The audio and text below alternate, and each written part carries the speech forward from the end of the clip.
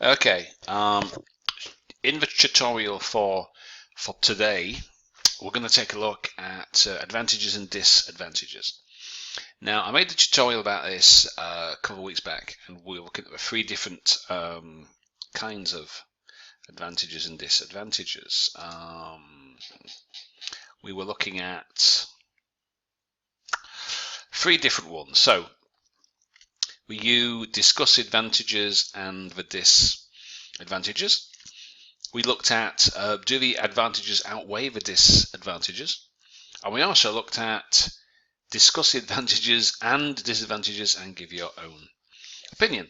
And we went through those, and I explained how the structure is different for each, and we've got some examples. You may remember we were talking about due to technological advances, many people now have the opportunity to work remotely via the internet. And we looked at the advantages and the disadvantages. If your advantages outweigh the disadvantages.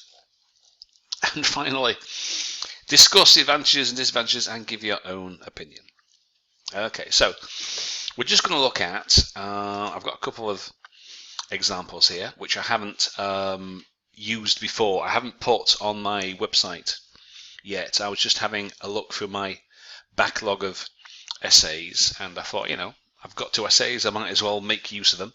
So this is just 2 examples of advantages and disadvantages as question types. So structure, it's basically the first one. So all you do, sentence 1, as with every question type, every essay, you paraphrase for question. Sentence 2, you give an outline.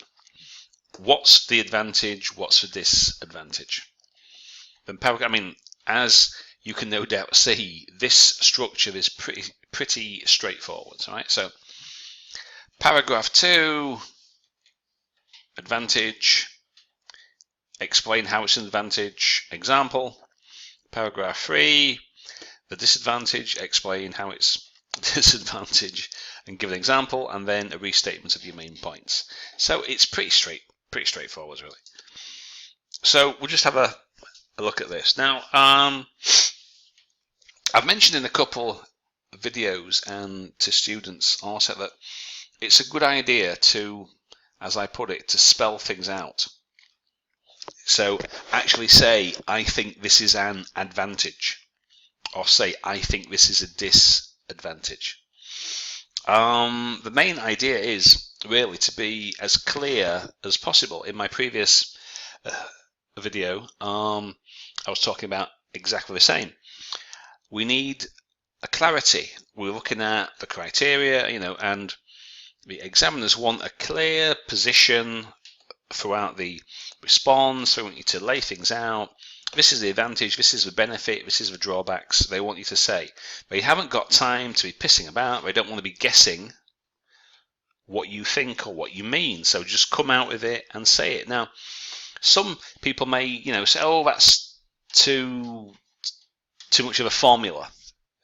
It's formulaic. It's too simple. Well, yes, but again, as I mentioned in other videos, people who do well in the IELTS are those who give the examiners what they want and nothing more. If it just says what's the advantage, what's the disadvantage, then that's all that you need. Of course, you have to give reasons and examples. We have to match what the criteria is calling for. As we've looked at on several occasions, as I said, they want 250 words. Reasons and examples. They want a clear main idea every paragraph. They want you to present, extend, and support your main ideas. Just so long as you've got the ingredients in your essay, you should be fine. Oops. And these 2 example essays are on the subject of transport. This is not a topic I've covered before up till now, so this will be something new. Well, I hope it is anyway, and that it should be useful. So, 2 public transport essays then. So, the first one, public transport should be made free of charge. Okay, what's the advantage and what's the disadvantage of such a move? Now, as we've seen, sentence 1, paraphrase, sentence 2, give an outline. So, some people believe that all transportation used by the general public should be without charge. So you can see I've paraphrased it a bit. Transport becomes transportation, public used by the general public, free of charge should be without charge. Now, I've noticed in some people a tendency, and I've mentioned this on several occasions, about how people try and they think, right, it's an academic essay, I must use complicated words, I must force as many synonyms and paraphrase into a sentence as possible. But again, as I've said before, and no doubt I will say again in the future, not every synonym is equal, not every synonym is interchangeable. So what you can do, as I've done here, is change the form of the word. So instead of trying to think of a synonym, all you have to do is change transport into transportation. Transport becomes transportation. That works too. You're showing a range of vocabulary. The general public transport should be made free of charge, should be without charge, so you can either change the form of the word, change the word order, as I've done here. So the point is, you don't always have to have a synonym. You can change the word order and change the form of the word, as you can see here. Now, sentence 2, we need an outline sentence. Now, it can be argued that, again, I'm spelling it out, the advantage to this move would be congestion-free city centres. So that's what I'm going to be writing about here in paragraph 2. While the disadvantage might be an increase in general taxation to pay for it, and that's what I'm going to be talking about there in paragraph 3. So, if we go back to the structure, once again, what's the advantage? Explain why it's an advantage, and give an example. The main benefit to such a policy would be car-free streets. Okay, explain. If people could get around their city for free, then they might well use the bus, metro, etc. instead of going by private car. Because it's talking about, should public transport be free of charge or not. So, an example. Now, again, as I've mentioned before, IELTS is not a truth test. So make some shit up. You can make up your examples.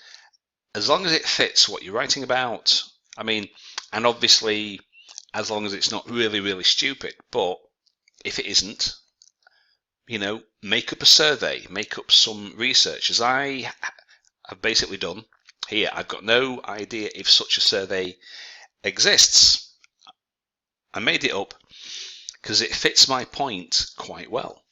So, the benefit, no cars on the streets. If you don't have to pay, you might well use bus, metro and leave your car at home.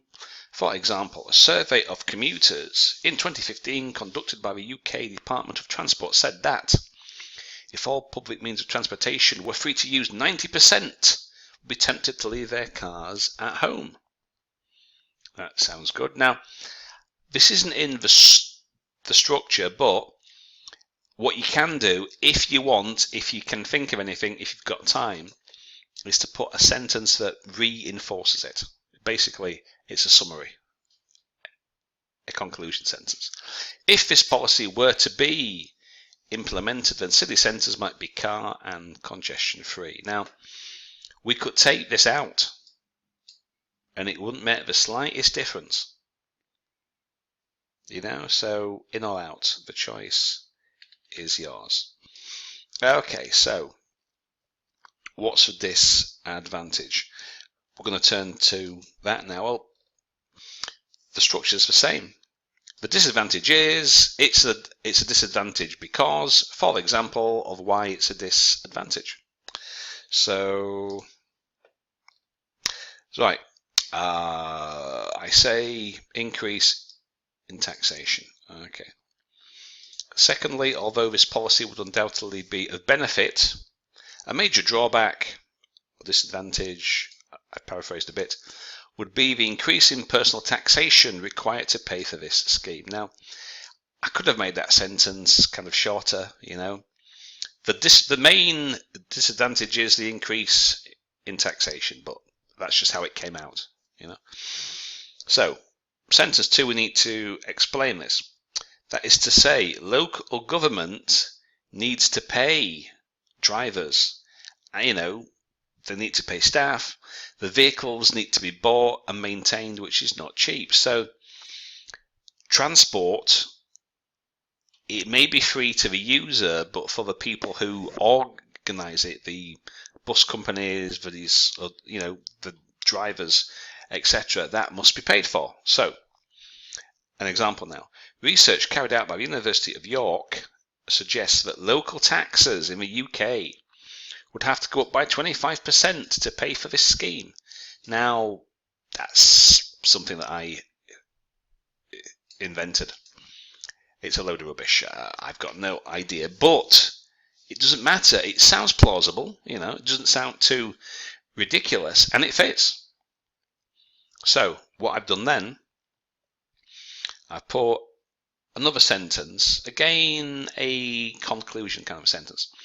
It can well be argued that local taxpayers would not be happy to fund such a policy, beneficial though it may be. So, in conclusion then, well, just restate your main ideas. What's the advantage, what's the disadvantage? And that's it. So, where are we?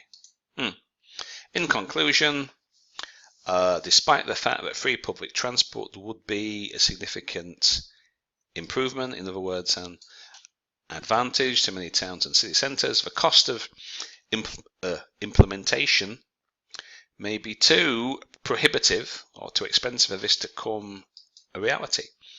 So I've basically said, well, you know, the advantage is no cars on the streets, which some people might think is good. The disadvantage is it may be too expensive. And that's basically it. It's only 288 words. We've got, hang on. 1, 2 sentences, 6 sentences, 10 sentences, 11 sentences. That's it. That would do fine because that's all that, you know. You're giving the examiner what they want and nothing more. The advantages are this, or the main right. Just because it says advantages and disadvantages doesn't mean to say that you have to include more than one. You can say, you know, there's several advantages, but I believe the main advantage is, and then write about that. You know, or you could say there are several possible disadvantages. However, I believe the main disadvantage is, and write about that one. So you don't have to include 2, 3, 4. Just one would do. You could use 2 if you can think of any, if you've got time and space. But in general, that would do. That would do fine. Okay, so we're going to take a look at another transport example now. Again, it's just advantages and disadvantages. Okay, so some people believe that drivers should be forced to retake their driving test every 5 years. What's the advantages? What's the disadvantages of this measure? Again, sentence 1, restate. It has been. Now, I tend to use, it could be argued or it has been argued. I usually tend to use this present perfect passive form. The main reason why I tend to use this is that After attending 4 different universities and writing many essays, I've kind of got into this academic way of writing. You don't have to use it, it's just my personal choice, but it is supposed to be an academic essay.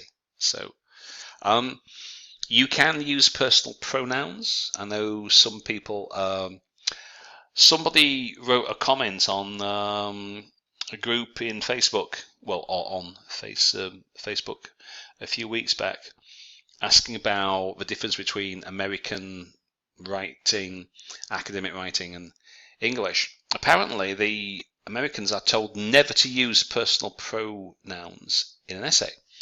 So we had a couple of American lads, well, girls also, at various places where I've been, and they were saying, oh, we've been told that you can't do this and that. Well, actually, for the IELTS test, you can do. One, it's not a university essay in any sense. The criteria are not the same. And if it asks for your opinion, it's your opinion, so it's perfectly fine for you to use personal pronouns. However, here it doesn't. So it has been argued that car drivers should be compelled to take their driving test every 5 years. Now, you can see the paraphrase here. So I've changed the drivers into car drivers.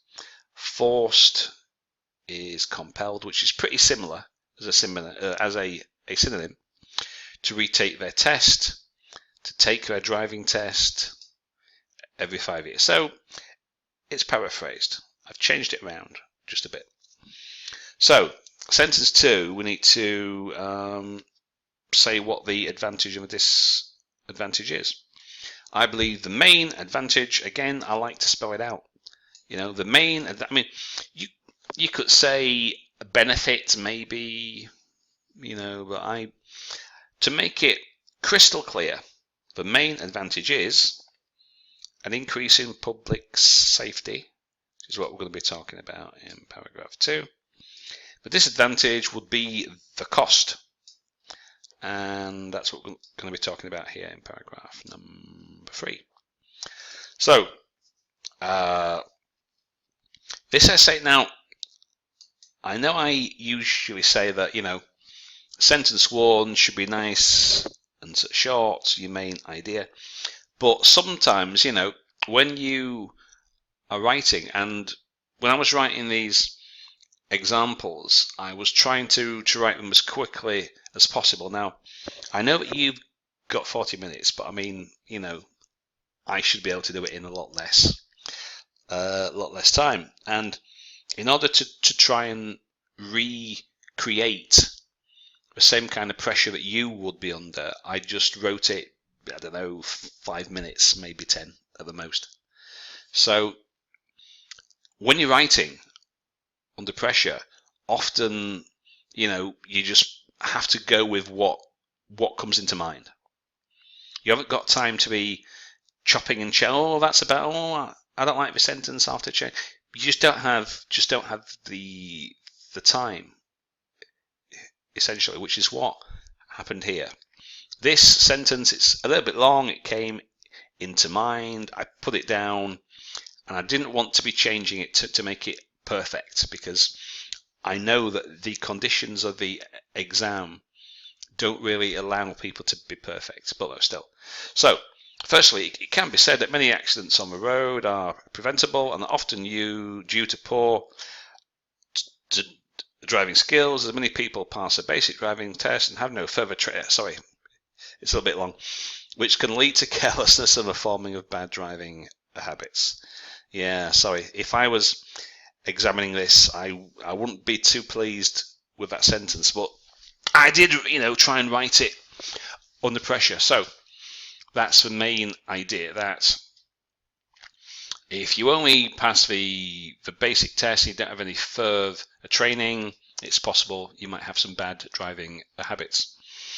In this case, the main advantage of retraining and retaking the test might go some way to making drivers take more care. An example, again a made-up example, a survey of car drivers in 2015 said that 70% of drivers admitted to coming close to an accident in the past year. And then a summary sentence. If this research gives a true picture, then compulsory retaking of the test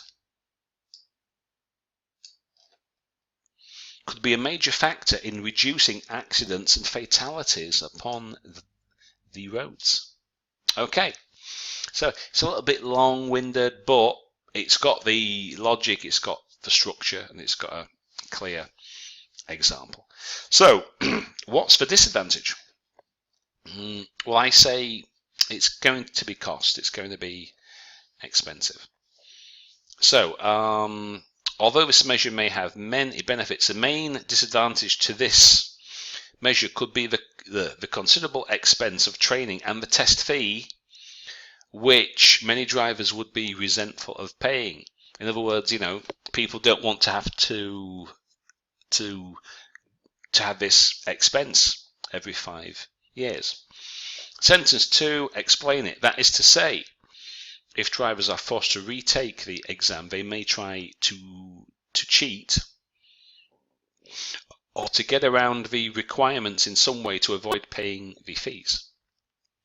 For example, some drivers may feel they are being unfairly treated, so they may bribe the examiner or buy a false license, in which case the whole project would be pointless and no reduction in accidents would occur. So that's not too bad. It's on topic more or less. I say it's the cost, and I say, well, a consequence of that cost, maybe people might try and get around it, etc. So that's not too bad though. Now, in conclusion then, although public safety would surely be a winner if drivers were retested, be a winner, in other words, advantage. The drawback, the disadvantage, many people might not take it seriously and would cheat or bribe their way, in which case it would be doomed to failure. So this isn't bad. It goes on a little bit. It's a bit long-winded, but again, it's as I was saying, when you're writing under pressure, under constraints of time, it's not always possible to produce something that's like concise and to the point. You have to go with you have to go with what you've got. In other words, you're thinking under pressure. I've got to write. What can I say? Boom, boom, boom. Whatever comes into mind when you're making your plan and when you're writing down, that's what you've got to go with. I've spoken to a couple of students in the past, and they've said that, I ran out of time. Or when they were practicing in preparation, they were taking 50 minutes, an hour and a half. And when I asked them why, what they were doing is they were attempting perfection. They were crossing out sentences and changing this and changing that. That's too long, that's too short, which is okay when you're at home, but in the examination hall, you're not going to have time. You don't have the luxury of being able to cross out and write and redraft and rewrite. You just don't. So you've got to go with what you've got. That's basically it. Okay. So that's the reason why even some of my essay examples are not perfect, because I don't claim to be so. If I wanted to write perfect essays, it would be unrealistic, because that's not what you would be doing. So that's the reason why. So that's the advantages and the disadvantages then. I hope you'll get some better ideas there. I'm going to put the structure, I've put the tutorial on the other ones before on the blog site, so I probably won't put that again.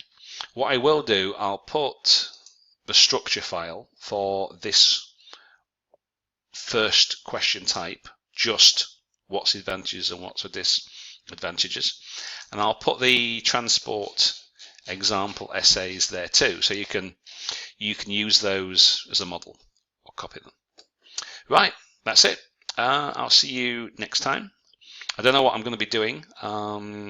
Probably comparing some student essays and writing something in real time, so you can see how that works. As before, if you've got any suggestions, any ideas, anything you want to see, then